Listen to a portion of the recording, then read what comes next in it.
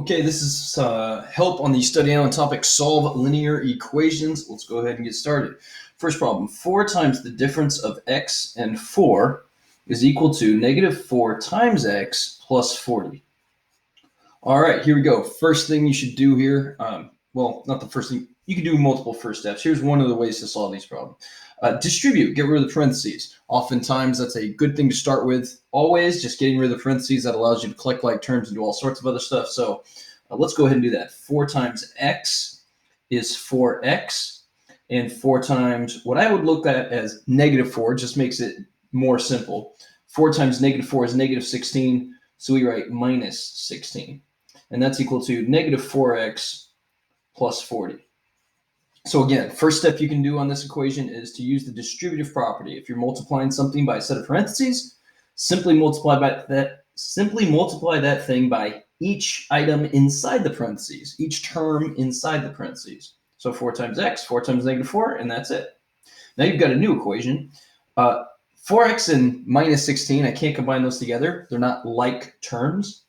Negative 4x and plus 40, I can't combine together. They're not like terms. You can only combine 4x with some other number of x's. So 5x and 4x you can combine, 3x and 4x, negative 2x and 4, but you can't combine it with minus 16 because there's no x's here. Same thing over here. You have negative 4x, can't combine that with 40. And I can't combine this 4x and this negative 4x because there's an equal sign. You can't combine things that are on two sides of an equal sign. You have to work one side at a time. If I look at the left side, I can't write that any more simply. Moving on to the right side, I can't write that any more simply. So now I'm on to the next step. The next step is I can't solve this if there's the variable I'm trying to solve for on both sides of my equal sign. On the left side of my equal sign, I have some x's. On the right side of my equal sign, again, I have some x's. I got negative 4x's here. I got 4x's over here. I can't do that if they're on both sides. So I'm going to get rid of one of them. One of these terms with the x's has to go away. So I'm going to go ahead and eliminate this one. I always choose the one that has a coefficient that's less than the other. Negative 4 is less than positive 4. So I'm going to get rid of my negative 4x. You can get rid of either one, though. Negative 4x plus 4x is 0. So I just add 4x, and now I have 0 plus 40, which is just 40. So now that negative 4x is gone. Of course, if I add something to the right side of my equation, I have to add the same to the left side of the equation. So I'll add 4x on the left side as well. 4x plus 4x is 8x. And of course, I still have minus 16. So now my new equation is 8x minus 16 equals 40. The next step, now that I have only x's on the left side, it's to make it so that there's only x's on the left side. Now we could have done this on the right side, but bottom line is when you have your variable on one side of the equation, make sure that your variables are the only things on that side. So I'm going to add 16 here, because 8x minus 16 plus 16, just minus 16 plus 16 is 0, so 8x plus 0 is just 8x. Of course, if I add 16 to the left side, I have to add 16 to the right side. 40 plus 16 is 56. And we've got one more step here. 8 times x is 56. 8 times what is 56? Well, to find that out, we simply divide by 8. Divide by the coefficient. The coefficient is the number you're multiplying by your variable. 8x's divided by 8 is 1x. I don't write the 1 in front of the x, but that's 1x. Of course, if I divide the left side of my equation by 8, I have to do it to the right side. 56 divided by 8 is 7, so x equals 7, and that is one of our choices here. Now, there was another way I could have solved this problem. I figure it's useful to show you, so I'm going to do this whole problem again. 4 times x minus 4 is equal to negative 4x plus 40. Something you may have noticed is that I can divide by 4 right now to make everything a little bit smaller. If I divide the left side by 4, I get 4 times this set of parentheses and then divided by 4. Well, I mean, that's kind of like what we did here with 8 times x divided by 8, left us with just x. If you have 4 times this set of parentheses and then divided by 4, the 4's kind of cancel each other out, and you have 1 of the set of parentheses, just like here we had the 1x. So they simply cancel each other out. If I divide the left side of the equation by 4, I have to divide the right side of the equation by 4, which means everything gets divided by 4. So negative 4x divided by 4 is negative 1x, which we just write as negative x. And then plus 40 divided by 4 is 10, so plus 10. So now we have a new equation. And like before, when your variables are all on on one side is when you can move on. Right now, again, they're on two sides, so I got to get rid of this positive x, or I got to get rid of this negative x. I'll just add 1x to get rid of the negative 1x. And so that leaves me with just my 10 over here. 0 plus 10 is 10. But I have to add x to the left side as well. X plus x is 2x. So I have 2x minus 4 equals 10. Now, add 4 to both sides so that I can have that 2x by itself. And that leaves me with 2x equals 14. And now I divide by 2x, or excuse me, divide by 2, not 2x, just divide by the 2, divide by the coefficient. Divide by 2 on both sides, and I get x equals 7. So either way, I get x equals 7, but there's a couple different ways to go about that problem. By the way, to check your answer on this, and you can always check your answers, you don't have to ever get this wrong, simply plug your answer back into your original equation for x and see if it makes sense. So we know we got it right. It already checked it for us, but let's say this was your last problem. You really didn't want to get it wrong. Here's what you do. Instead of 4 times x minus 4 equals negative 4x plus 40, if you're saying that x is 7, then plug in 7 for x and make sure that it makes sense. So instead of 4 times x minus 4, it'd be 4 times 7 minus 4. And that would equal, instead of negative 4 times x, it'd be negative 4 times 7 plus 40. Does that make sense? Well, let's figure it out. Let's do the math. 7 minus 4 is 3, so this is 4 times 3. And over here, negative 4 times 7 is negative 28. Okay, and then 4 times 3 is 12. And what is negative 28 plus 40? Well, it's the same as 40 minus 28, and that is 12. So it does make sense. It checked out. Both sides were actually equal to each other when x was 7. So that is a solution to this problem. It's the one solution that we have. Moving on, let's do some more of these. Negative 3x plus 16 is equal to negative 10x plus 10. All right, piece of cake.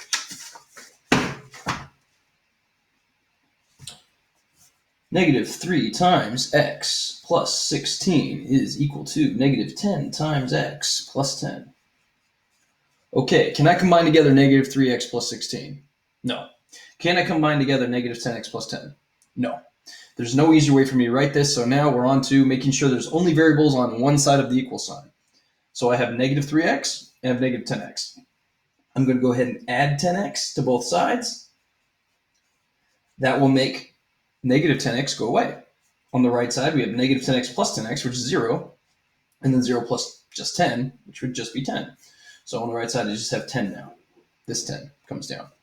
Over here, negative 3x plus 10x is 7x. So I've got 7x, bring down my plus 16, and that's what we've got there. Now, to be clear, I chose to get rid of the negative 10x because negative 10 is less than negative 3, but that's just my preference. You could have added 3x and still been on track to solving this equation. As a matter of fact, I'm going to do it twice right at the end of this. As a matter of fact, let's just do it right now. Negative 3x plus 16 equals negative 10x plus 10. If I had done it the other way around by adding 3x to both sides, we'd still have a valid equation. Negative 3x plus 3x is 0. 0 plus 16 is just 16. Negative 10x plus 3x is negative 7x, and plus 10 would come down. So these are two valid forms of the same equation. I would have gone with this one, but you could get to the answer either way. Okay, next up, subtract 16 from both sides. That makes it so I just have 7x all by itself, because plus 16 minus 16 makes 0. 7x plus 0 is just 7x. Of course, 10 minus 16 is negative 6. Over here, if we had done it this way, I would have subtracted 10 from both sides, because that would put the negative 7x all by itself. 16 minus 10 is just 6, and that equals negative 7x. And then plus 0, I don't have to write the plus 0 part. Okay, last but not least, divide by your coefficient, which is 7. And I get x equals negative 6 divided by 7. Just use the fraction. You don't have to try and punch this into a calculator. It's negative divided by positive. It's negative 6/7. That's the answer. Over here, we'd get the same thing by dividing by the coefficient, which is negative 7 in this case. And again, positive divided by negative this time is a negative. 6 divided by 7 is 6/7. So there we go. So either way you solve the problem, you're going to get negative 6/7 as your answer. Okay, how about another one? 2x minus 64 is equal to negative 8x plus 16. Again, we can't make that any more easily written on either side. 2x minus 64, I cannot combine those together. That's the left side. I can't make those any more simple. Then I've got the right side, negative 8x plus 16. I can't write that any more simply either. Those are as simply written as possible. So again, first step now, make sure that all your variables are on only one side of the equal sign. Negative 8 is the coefficient here. Positive 2 is the coefficient here. So I'm going to add 8x to get rid of the negative 8x. Negative 8x plus 8x is 0. 0 plus 16 is just 16. Over here, I have to add 8x on this side as well. 2x plus 8x is 10x. And then minus 64 equals 16. At this point, I want just the 10x, so I add 64 to both sides. 10x minus 64 plus 64 is just 10x. The minus 64 and plus 64 cancel each other out. And that equals 16 plus 64, which is 80. Now we divide by 10x, or excuse me, I keep saying that. Divide by 10 on both sides. We don't want to divide by the x. Divide by 10 on both sides, and x equals 8. Again, to check your answer, you can go ahead and plug your 8 back in for all of your x's in your original equation and see what happens. Let's try that to see what happens. Let's plug 8 into the x's. First, it was 2 times x, so it'd be 2 times 8 minus 64 is equal to negative 8 times 8 plus 16. So again, instead of 2 times x, we wrote 2 times 8. Instead of negative 8 times x, we wrote negative 8 times 8. 2 times 8 is 16, so I get 16 minus 64 equals negative 8 times 8 is negative 64 plus 16. And hopefully you can see that 16 minus 64 and negative 64 plus 16 are obviously going to be the same number. You're going to get the negative 48 on both sides. Okay, so that's that. Negative 48 equals negative 48, so 8 did check out. Okay, r times x minus s is equal to t. We're going to solve the equation for x. This looks weird because there's lots of variables, but it's fairly simple and straightforward. No big deal. Let's go ahead and get this set up.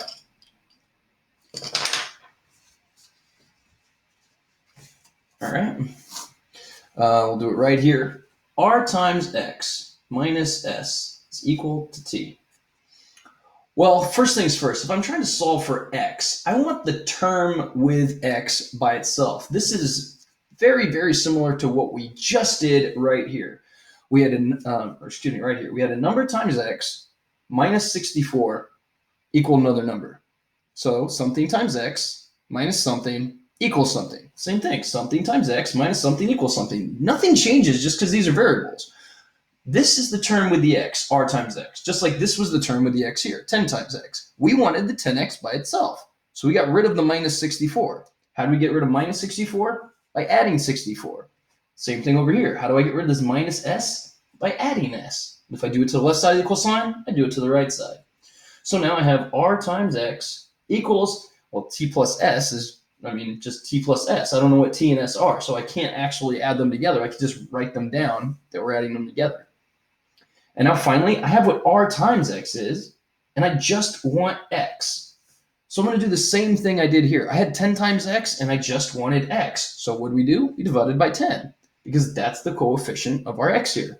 Similarly, I'm just going to divide by whatever r is, and that will make it so it's just x. And if I do it to the left side, I do it to the right side. T plus s divided by r is simply whatever we have there. We can't do anything else with those. It's just t plus s divided by r.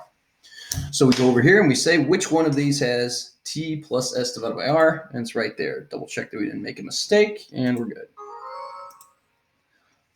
Number 5, type the correct answer in the box. Use numerals instead of words if necessary. Solve the following equation for x and express its value in terms of c. So we're going to solve for x here by getting the x by itself, just like we do everything else. It's going to be a little trickier because there's a second variable in it, but that's okay. Solve in terms of c means just say what x equals, and it's okay if what it equals has a c in it. So let's go ahead and do that. All right. Actually, let's do it this way. Sorry, I set my paper up here. Okay, so what do we got here? We've got 3 times the difference of c times x and 7 equals 9. Okay, we can attack this 2 different ways. This is kind of like that very first problem. I want to just divide by 3 here on both sides. If I divide by 3 on both sides, 3 times whatever's in this parentheses divided by 3, well, the 3's cancel each other out, and I get whatever's in the parentheses, which is cx minus 7, c times x minus 7. And that equals 9 divided by 3, which is simply 3. And now it's just like the last problem we did with our x equals t plus s and r, all those ones. I'm going to go ahead and add 7 to both sides to get the term with x by itself. And I get c times x equals 3 plus 7, which is 10. And now I just divide by c, and I get my answer, which is x equals 10 divided by c. I don't know what c is, so that's all I can do is write 10 divided by c. And that's my answer. Now, if I had done this a different way, let's say I had distributed right in the very beginning. 3 times cx minus 7 equals 9. A lot of kids get taught to distribute whenever you see parentheses. First step, distribute. So if that was your first inclination, it's okay. You can still solve it that way. 3 times cx is 3 times c times x. There's nothing changing there. And then 3 times negative 7 is negative 21 equals 9. Okay, now add 21 to both sides. Because again, I want the term with x by itself. In this case, the term is 3cx, so I want to get rid of that minus 21. And now I have 3 times c times x equals 9 plus 21 is 30. And now we simply divide by whatever 3 times c is on both sides. And what does that make? Well, 3 divided by 3 is 1, c divided by c is 1, so I just have my x, that's the whole point. Over here, 30 divided by 3 is 10, but then divided by c, it just stays divided by c because I don't know what that is. So the 30 and the 3 turn into that 10, but that's it. You can think of it as 10 and 1c, you don't write the 1 in front of it. So 10 divided by c. So if we're going to write that over here, we simply write 10, and then the fraction line is the slash button, and then c. There we go. Okay, let's do a couple more of these. Solve for x. Okay, here we go. X divided by 3 minus the sum of x and 5 divided by 7 equals 5. Okay, if you see fractions in your problem and you do not want to deal with them as much as possible, one way to get rid of them right from the get-go is to multiply everything in the equation by the lowest common multiple of all the denominators. So I'll say that again. If you want to get rid of the fractions, all you have to do is multiply everything in the equation by whatever the lowest common denominator would be. I have to subtract these anyway, so I got to get common denominators. I'm just going to multiply everything by whatever 3 and 7's lowest common multiple is. 3 and 7, the first multiple they both have in common is 21. So I'm going to multiply everything, both sides, just by 21, and that's just going to get rid of the fractions for me. It's just going to make them go away. So here we go. 21 times x over 3. It's kind of like I'm distributing now. Well, 21 times x divided by 3 is the same as 21 divided by 3 times x. 21 divided by 3 is 7. 7 times x is 7x. Then we have minus over here. 21 times x over 5 divided by 7 is the same as 21 divided by 7 times x over 5. 21 divided by 7 is 3. 3 times x over 5 would be 3x minus 15. I'm sorry, plus 15. Excuse me. And that equals 5 times 21, which is 105. So let's follow that again. 21 times x divided by 3 is 7x.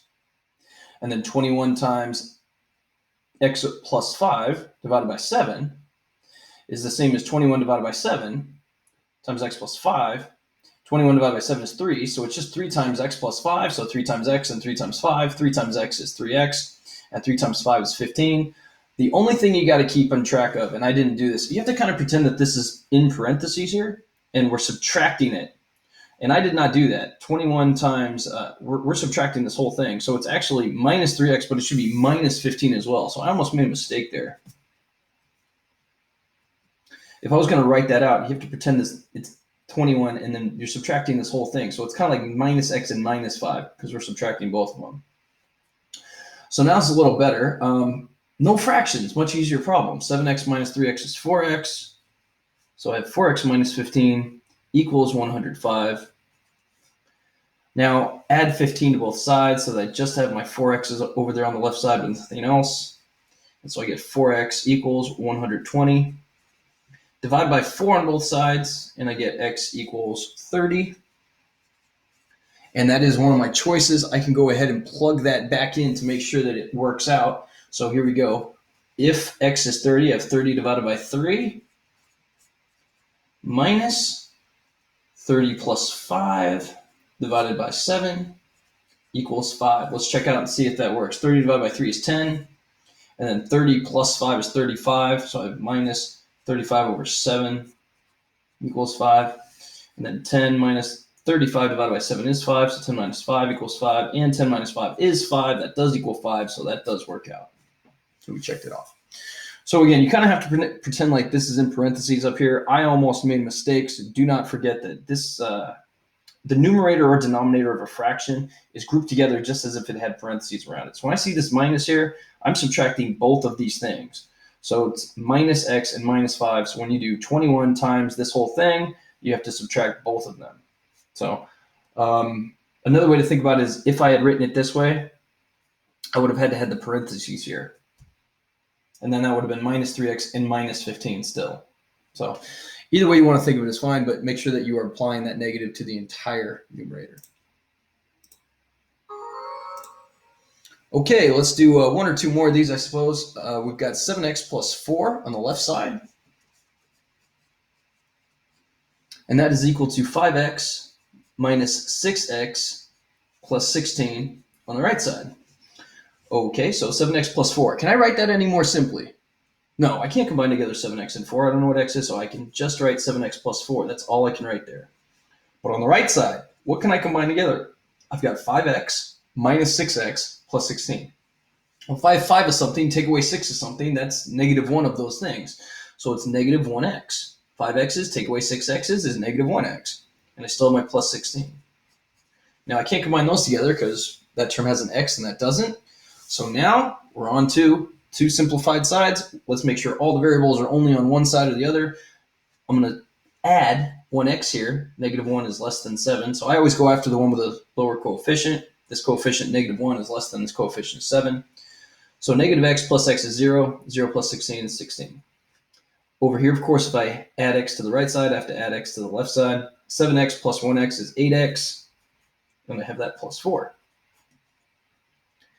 Next, subtract 4 from both sides so that I just have 8x over there. Isolate that term with the x. And I have my 8x's must be equal to 12. And now I divide by my coefficient 8. And I have x equals 12 divided by 8, which is a fraction I can simplify by a factor of 4. 12 divided by 4 is 3. 8 divided by 4 is 2. So I get my answer, which is 3 halves, which is a good answer in algebra. You don't have to turn it into a mixed number all the time. There it is, 3 halves. If you did turn that into a mixed number, 3 divides by 2 one time with 1 left over, so it's 1 and 1/2. But here the answer is in improper fraction format, which is okay, so that's fine.